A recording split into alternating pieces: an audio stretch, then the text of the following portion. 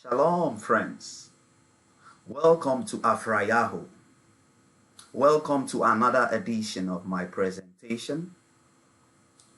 The last one I did was on Biafra.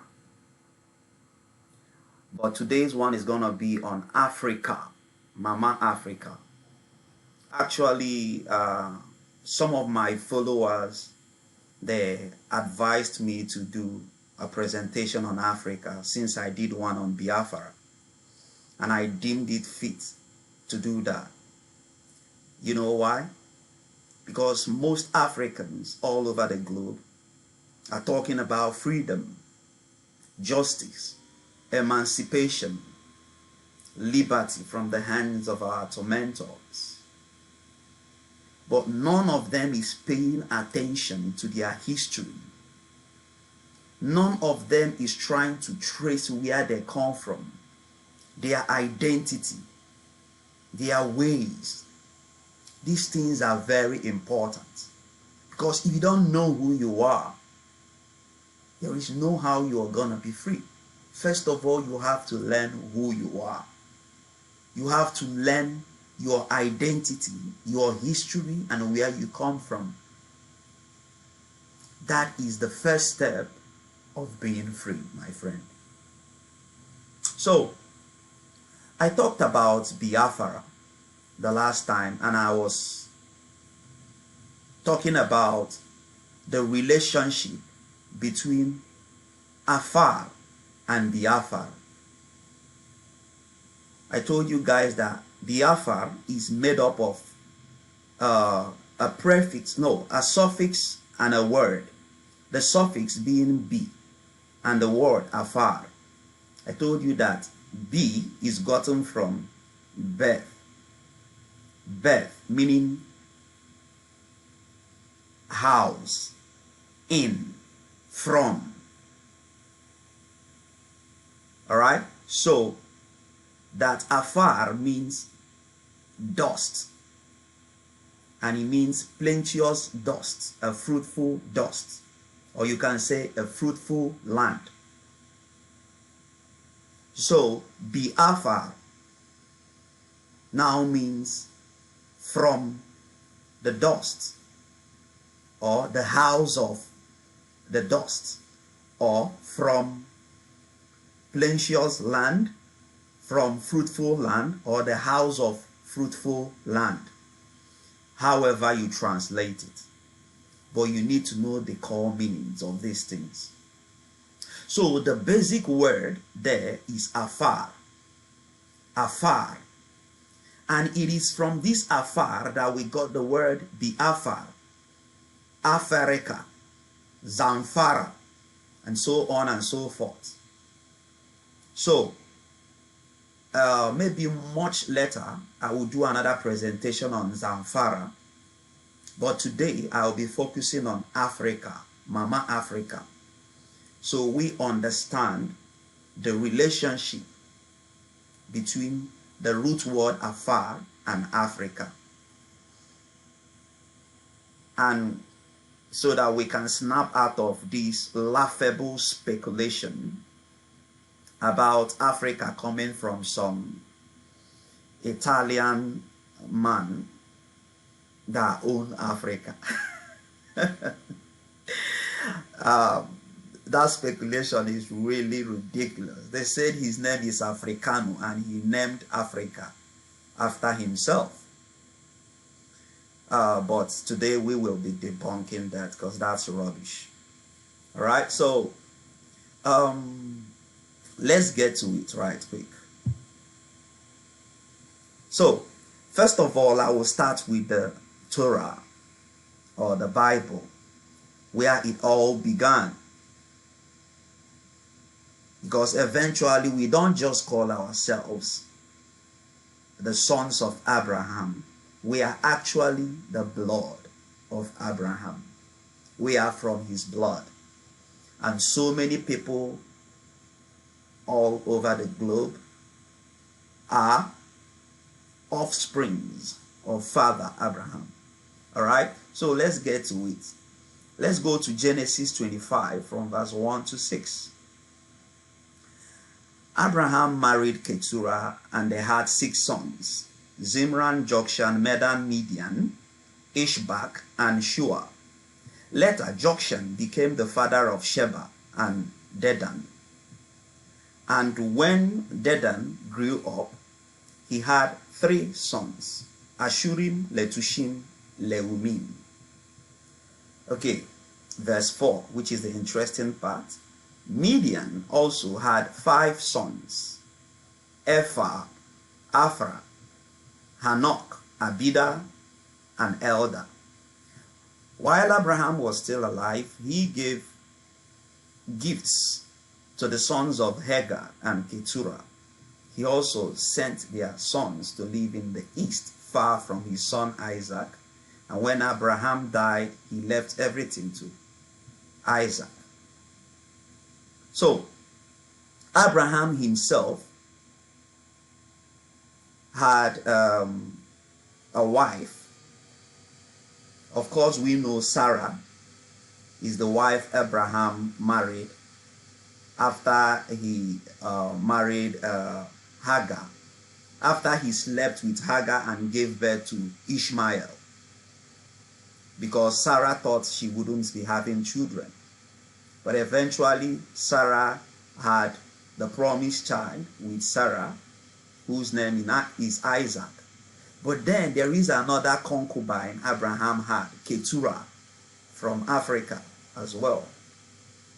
We all know that Hagar is from Egypt, the land of Egypt, Mizraim. Hagar is from Africa. So Abraham married Hagar and had 6 sons with Hagar: Zimran, Jokshan, Medan, Midian, Ishbak, and Shua. Pay attention to Medan and Midian. Alright? So Midian in turn had 5 sons: Ephah, Ephra, Hanok, Abida, Elda. So now let's check the appearances of Midian in the Bible, because Midian, he appeared so many places in the Bible. So here, Midian was the son of Abraham. Abraham's great-grandson, Joseph, after being thrown into a pit by his brothers, was sold to Midianites. All right? He was sold to Midianites. So, if we will remember the story of Joseph, the brothers got jealous of him, took him and threw him into the pit to die. Eventually, Reuben could not stand seeing his brother die. He said, let us bring him out and sell him to merchants, and tell our father he was killed by a wild animal. And that was what they did. They sold Joseph to Midianites, who are merchants that were passing by. And the Midianites now sold Joseph to Pharaoh's butler. And the rest became history.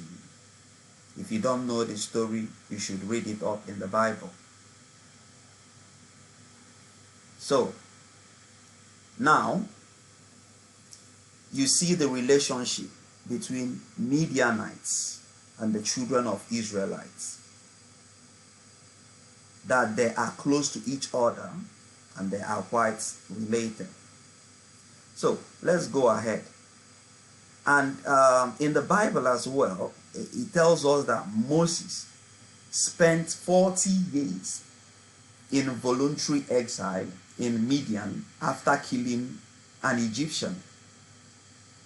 Yes, after killing an Egyptian, Moses fled to Midian, where he was for 40 years. We will point out one of the things he did while he was in Midian. And there he married Zipporah, the daughter of Jethro, a Midianite. Yes, Moses married a Midianite. So that one is that. In Yeshayahu 60 verse 6, which you know as Isaiah, he reads thus: heads of camel will cover your land, young camels of Midian and Ephah, and all from Sheba will come, bearing gold, incense, and proclaiming the praise of the Lord. So you see how this place related Midian, Ephah, and Sheba. If you check here, you will see Midian, and the son is Ephah, and you will see Sheba. The son of Jokshan, Sheba, and Dedan. You will see that they are all related. Alright? So that one is that. And let's remember that during the time of the judges, Israel was oppressed by Midian for 7 years until Gideon defeated the Midianite army.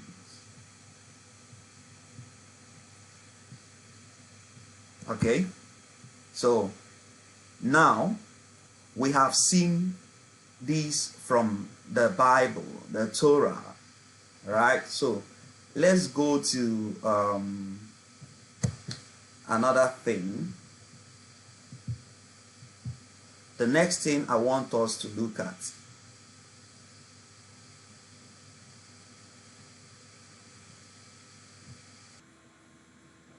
is about Olaoda Ekwano. All right, so we will be looking at a book, a page of a book called Interesting Narrative of the Life of Olaoda Ekwano, or Gustavus Vasa. Okay, this man is a man from Biafra, from the tribe of Igbo particularly. He was sold as a slave to the Europeans. And when he was sold, they gave him another name, Gustavus Vasa. And his name originally is Olaoda Ekwano, as the Europeans will pronounce the English precisely. But as an Igbo man myself, I can pronounce his name very well because he's from my tribe. So his name is Olaoda Ekwano. Olaoda Ekwano. That is his name. So he wrote an interesting piece. I tell you what, if you're an African, you should go and read this book, The Interesting Narrative of the Life of Olaoda Ekwano. Go and read it. It will give you an insight of slavery, an insight of the Western Africa, and so many other things. Especially if you are a Biafran, you should read this.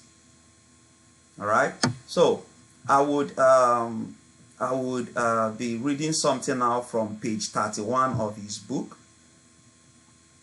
In this page, he was trying to relate his people, which are the Igbos, with the Hebrews. This one is another topic for another day. So here he says, and here I cannot forbear suggesting what has long struck me very forcibly, namely the strong analogy which even by this sketch, imperfect as it is, appears to prevail in the manners and customs of my countrymen and those of the Jews before they reached the land of promise, and particularly the patriarchs, while they were yet in that pastoral state which is described in Genesis, an analogy which alone would induce me to think that the one people has sprung from the other. Indeed, this is the opinion of Dr. Gill, who in his commentary on Genesis very ably deduces the degree of the Africans from Afar and Afra, the descendants of Abraham, by Keturah, his wife and concubine. Okay, so now he is quoting Dr. Gill, and this Dr. Gill, he's a writer. He writes Exposition, Bible expositions. His full name is Dr. John Gill. He writes Bible expositions, Bible commentaries. Some Bible, when you get some Bible, you will see commentaries below the Bible pages. So that one is just commentaries on verses, but this one is exposition. He wrote a full book about Bible verses from Genesis till Revelation. So you should check him out. Now let's get to what he wrote about Genesis 25 verse 4. Genesis 25 verse 4. All right. So you remember we read Genesis 25 from verse 1 to 6. So verse 4, which is where he's going to write about, is Midian also had 5 sons, Ephah, Hanok, Abida, and Eldah. While Abraham was still alive, he gave gifts to his sons of Hagar and Keturah. So this is where he's going to write about. So I need you to understand where we are going. So let's go to his exposition.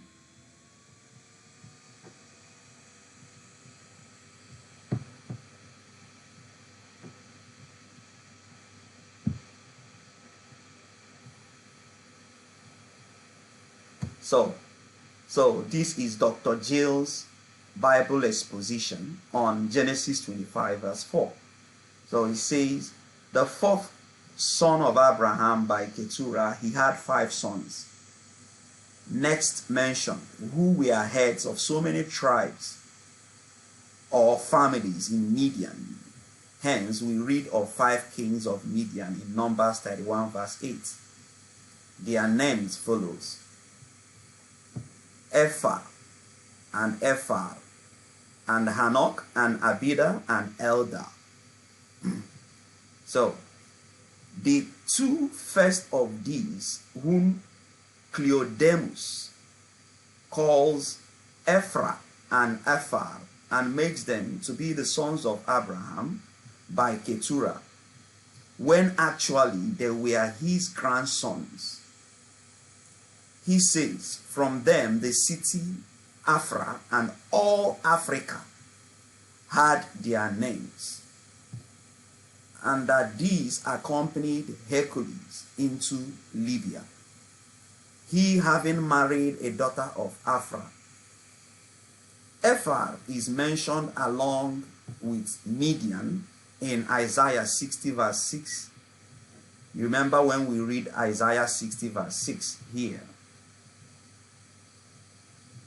And Midian and Ephar was mentioned together.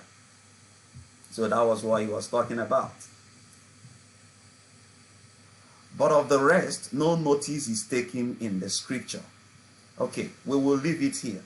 So, a man in the 1st century BC wrote something about Afra and Ephar, connecting these 2 people with Africa. He stated that Africa is gotten from Afra and Ephar. Right? We will get to that. We will get to Cleomedus. So now we have talked about the commentaries of Dr. John Gill. All right, so let's get to check who Cleodemus is. Cleomedus. All right, so this is about the pseudepigrapher Saturday, Cleodemus Malchus. All right, so let's see who Cleodemus is. So Cleodemus is a historian referenced by Alexander Polyhistor in his work on the Jews. So Alexander Polyhistor referenced Cleodemus in his book called The Jews, which no longer exists in full form. So the only existing fragment of Cleodemus is in Josephus' 1st century CE work titled Antiquities of the Jews. All right, so it says that the fragment of Cleodemus' write-up is quoted by a writer, Flavius Josephus, in his 1st century CE work titled Antiquities of the Jews. Okay, the fragment was originally written in Greek within the 1st century BCE. In it, Cleodemus the prophet provides the names of Keturah's sons, the wife of Abraham, and connects each with the geographic region. All right, so one of the sons is Surim, and he connected it with Assyria. That Surim gave birth to where we know as Syria or Assyria. All right, Afera and Biafra. This is how he spelled it. And remember, Cleodemus is a Jewish man, so his spelling, or whoever translated it, will be more related to the original pronunciation. So Afera and Biafra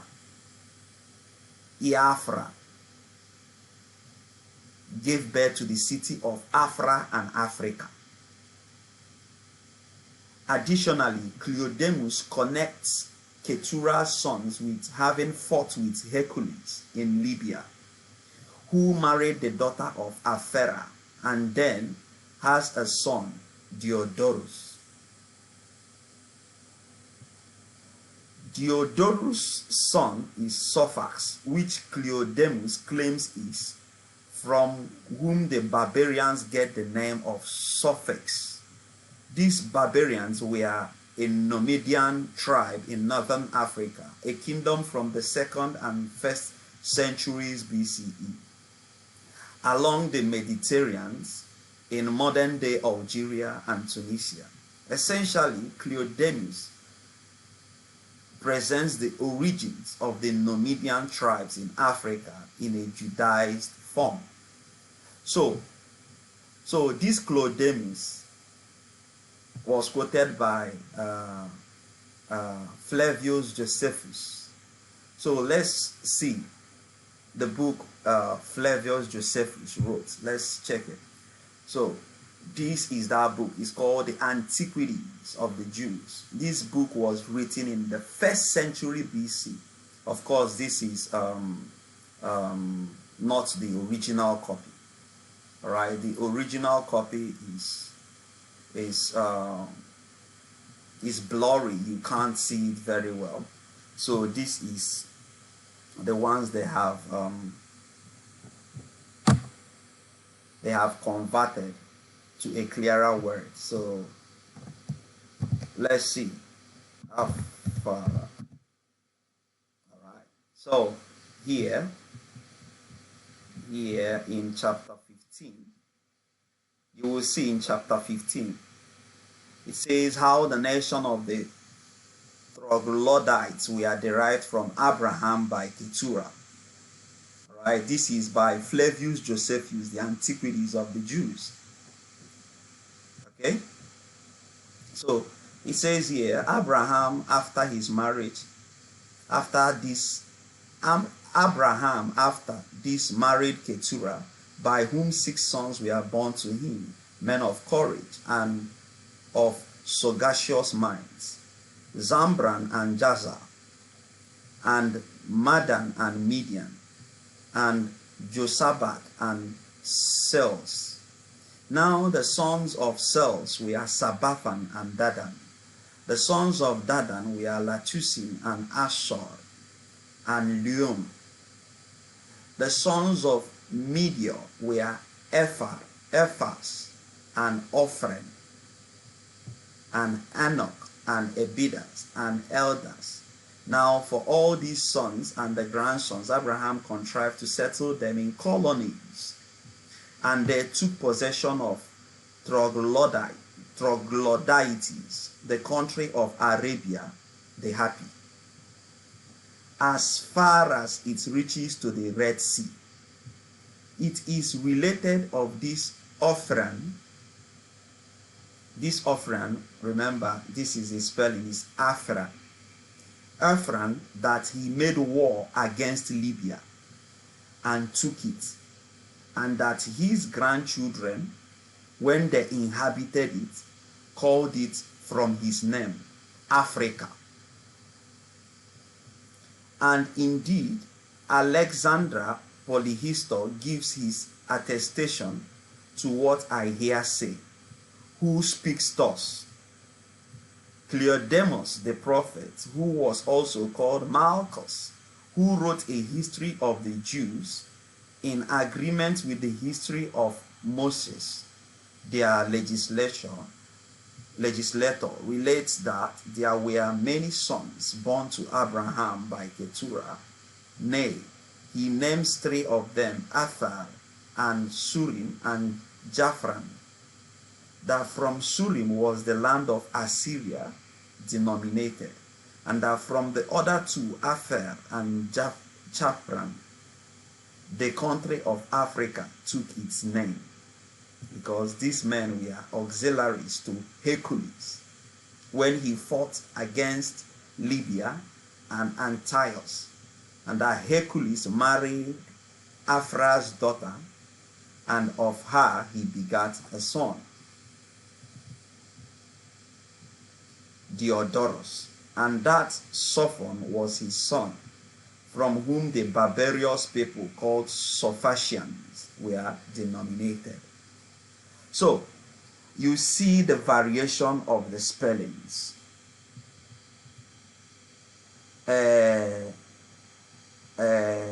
Cleodemus called it Afar. Alright, this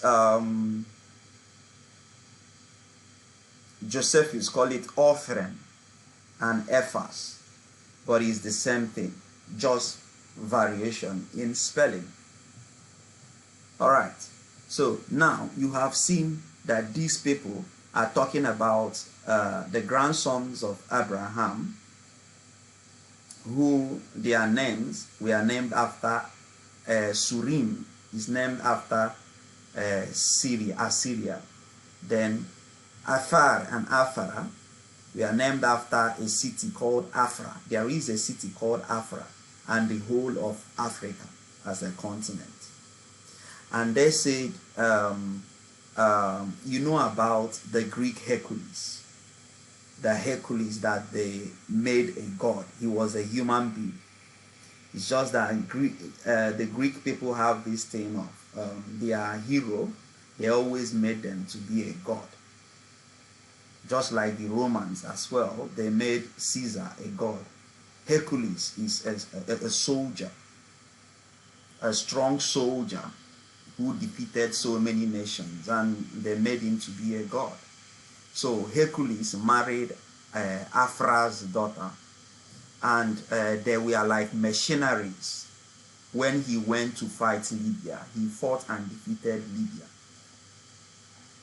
And Libya was now given to their grandchildren, who named that place Africa.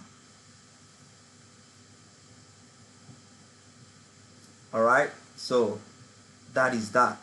So another thing I'm gonna show you now, because someone I have shown you about Olaoda, who quoted Jill, and Jill in turn quoted Cleomedus, and this Cleomedus was quoted by Julius Flavius Josephus. This Flavius Josephus wrote his books in the 1st century BCE. All right, so now you see how old these things are. It's not just something that was made up. Okay, so now someone might say, but this is the Bible. How do we take the Bible as our source of information? Because of some people have this religious bias. All right, so but I believe you would believe the map as well, so you know how authentic the Torah or the Bible is. So let's get to the map. Let's get to the map. You will see the relationship between these things. All right, so now in this map here, the map of Africa, you will notice here Niger Lake. Of course, this is the part where the present day Nigeria is. All right, but then this is from library.princeton.edu. You can see the address here, and this is the map of Africa 1710. All right, so here is where the present day Nigeria is, and when you see here, you will notice Biafra. All right, and when you go up here, you remember I told you about Zamfara. You see Zamfara. All right, so leaving that place now, what do we see here? Median. And look at the brother Medra. Let me show you from the Bible we read before. Abraham had 6 sons: Zimra, Jokshan, Medan, and Midian. And he sent them east, far from his son Isaac. All right, so look at the east of Israel is somewhere here. So the east is here. So look at his 2 sons here, Median and Median. And you remember Suri. We read about Suri. Let me show you. Suri, who this guy, Clemedius, he said that it is from Surim that they get Assyria. So looking at the map now, you will see that Surim here. You will see Medra, you will see Median. And look at Biafra. This is Biafra, the kingdom of Biafra. All right, so, and you see Niger Lake. So you see the connection. You see that this is the place that they came to. This whole place, that's where they came to when Abraham sent them far east. This is where they came to. All right, so that one being that,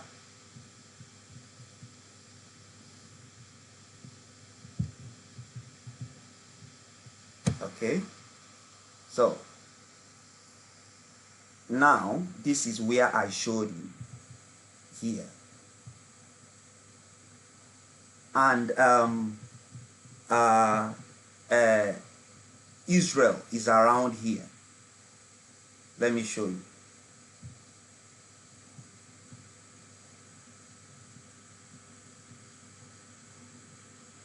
You see Jerusalem here, Jerusalem here.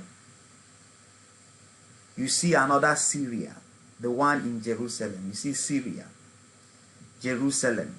So this is where Israel is. You see Cairo, Cairo here, Egypt. And this is a desert, as you can see, desert. So they migrated from here down. From here, they migrated down to this place. This is the Nubia, the Nubian land. So now that is that. I've shown you the map.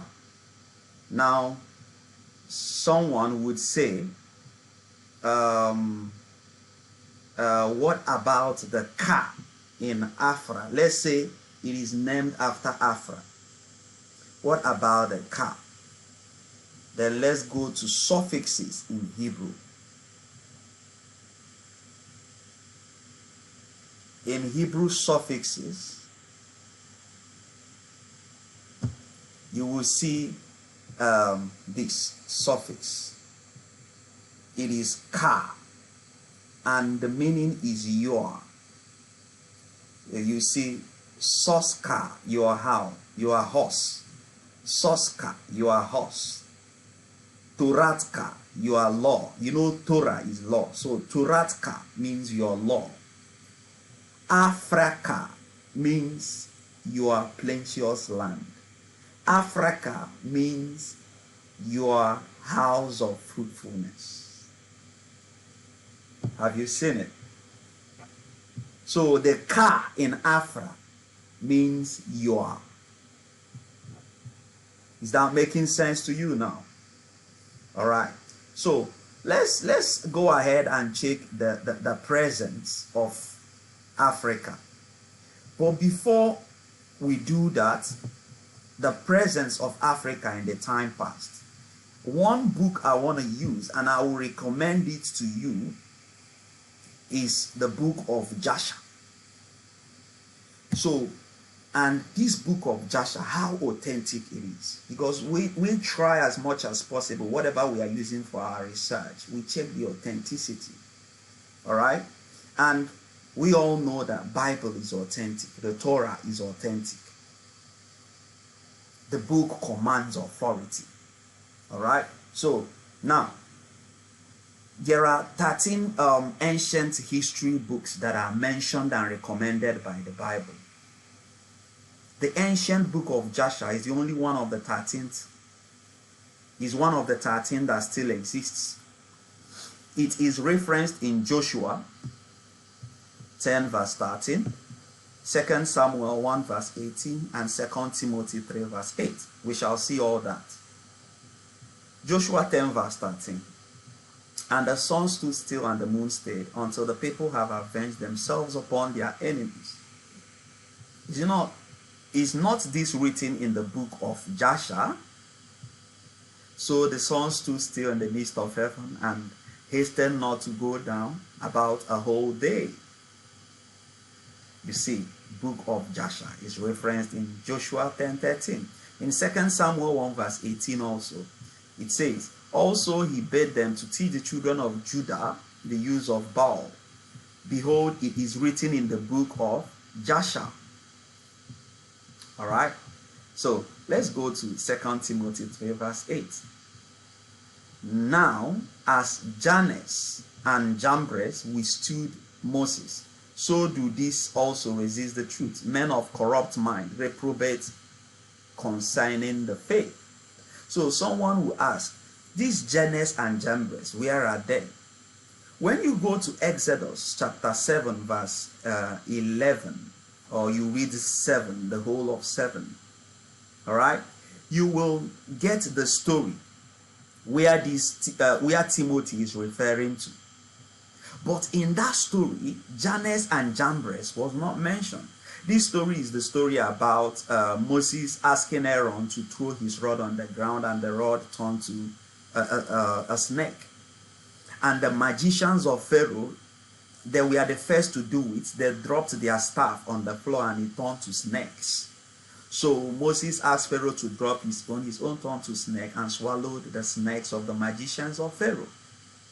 And these magicians, their names were not mentioned. But you look here, Timothy now called names that were not in the story. So where are these names from? If it is not really in the story of Moses, in the account given in Exodus 7, verse 11. So we now say the names of these Egyptian magicians are not given in the biblical account of Exodus 7, verse 11, but are the traditional names handed down in extra biblical accounts. The book of Jasher says that Jannes and Jambres were the sons of the false prophet Balaam. Let's look at it. The book of Jasher 79 verse 27. And when they had gone, Pharaoh sent for Balaam the magician, and to Jannes and Jambres his sons, and to all the magicians and conjurers and counselors which belonged to the king, and they all came and sat before the king. So you see, it's the same story, but he gave more details in the book of Jasher, and the Timothy referenced it in 2 Timothy 3 verse 8. So with all this, we've seen the authenticity of the book of Jasher. All right, so having done that, I just want to show you the authenticity of the book of Jasher. Having done that, let's get to the book of Jasher and see what it says. All right, the book of Jasher 74, chapter 74. You know what the topic in this book calls this chapter? War in Africa. Yes, war in Africa. And this book is an ancient script, an ancient scroll. It was written way before Christ. All right? It is as old as the Torah and the rest of them. You can see the Torah is even referencing it. So you know how old this book is. So look here. He says, in the end of the year died Saul, king of Edom, and Baal-Chanan, the son of Akbor, reigned in his place. In the 16th year of the reign of Moses over Cush. I will stop here. So this book is telling us that there was a time that Moshe, the one we know that brought the children of Israel from Egypt, that there was a time he ruled over Cushites.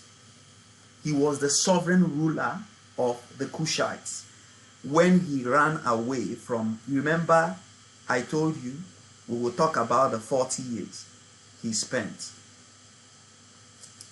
in Midian. So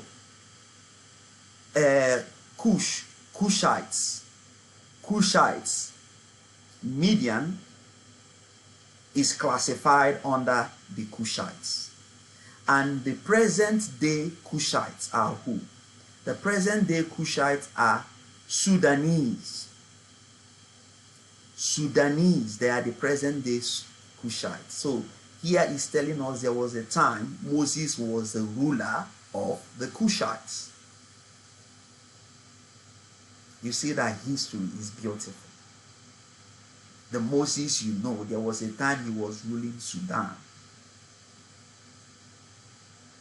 and all the other countries that was part of the Cushites. So let's go ahead.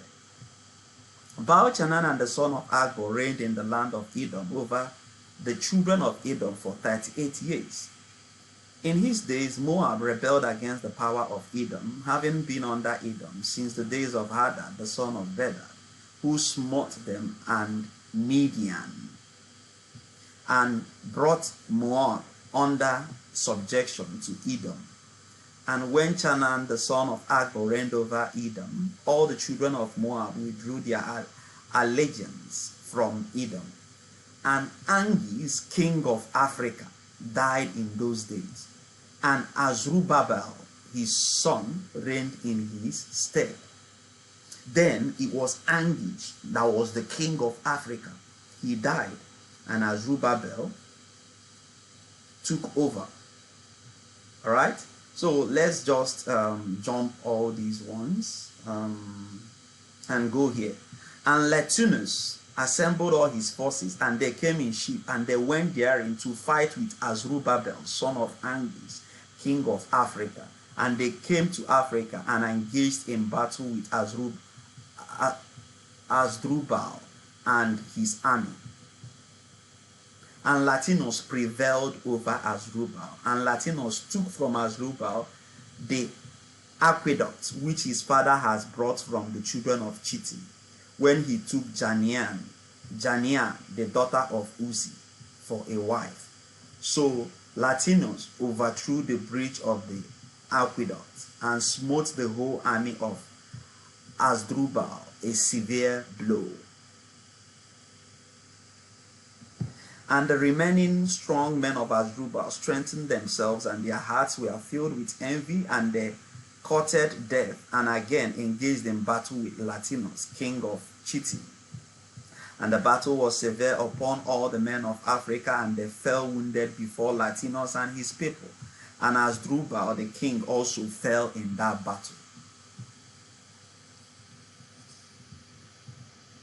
And the king Asdrubal had a very beautiful daughter whose name was Ushpezena. And all the men of Africa embroidered her likeness on their garments on account of her great beauty and comely appearance. All right, so you can read it for yourself in a later time. Let's go down here. So, and it was after the death of Asdrubal of Angis, when Latinus has turned back to his land from the battle, that all the inhabitants of Africa rose up and took Hannibal, the son of Angis, the younger brother of Asdrubal, and made him king instead, as his brother over the whole land of Africa. So, I want you to remember the name Hannibal. You would have heard about Hannibal. You can type it on the Google. Google will tell you that he is one of the greatest strategists, war strategists. He's an African ruler, one of the greatest. Bar one. He's one of the greatest war strategists. Go and check it. Let's read on about him. And when he reigned, he resolved to go to Chittim to fight with the children of Chittim to avenge the cause of Asdrubal, his brother, and the cause of the inhabitants of Africa. And he did so. And he made many ships, and he came therein with his whole army, and he went to Chittim. So Hannibal fought with the children of Chittim, and the children of Chittim fell wounded before Hannibal and his army. And Hannibal avenged his brother's cause. His brother, what is his name again? Asdrubal. All right. And Hannibal continued to war for 18 years with the children of Chittim. And Hannibal dwelt in the land of Chittim and encamped there for a long time. And Hannibal smote the children of Chittim very severely, and he slew their great men and princes, and the rest of the people he smote, about 80,000 men. And at the end of the days and years, Hannibal returned to his land of Africa, and he reigned securely in the place of Asdrubal, his brother. So this same Hannibal, he was the African general. He was an African king, the sovereign ruler in Africa that nearly defeated the almighty Roman emperor. He nearly defeated the Roman army. You should go and read this story. It's very interesting. All right. So this in doing this, I have shown you the presence of Africa in ancient scrolls. I have shown you the relation between Africa and Afra, the grandsons of Abraham. I have shown you the relation between Africa and Biafra. So, this is it for my presentation today. And I will be closing now. My next presentation will be coming out very soon, and watch out for that. But what you would do for me is to like this page, click on the like button, and subscribe to my channel so that you will get presentations like this. You will get, because some people don't like reading, but we that love reading, we will read and give you a presentation like this. So subscribe to this channel, and trust me, you won't find it bad at all. Subscribe to this channel, click the like button, so that I would know that my presentation is going to a lot of people. All right, thank you for your patience. Thank you for watching, and I hope to meet you again in my next presentation. Shalom, my friend. Have a great day.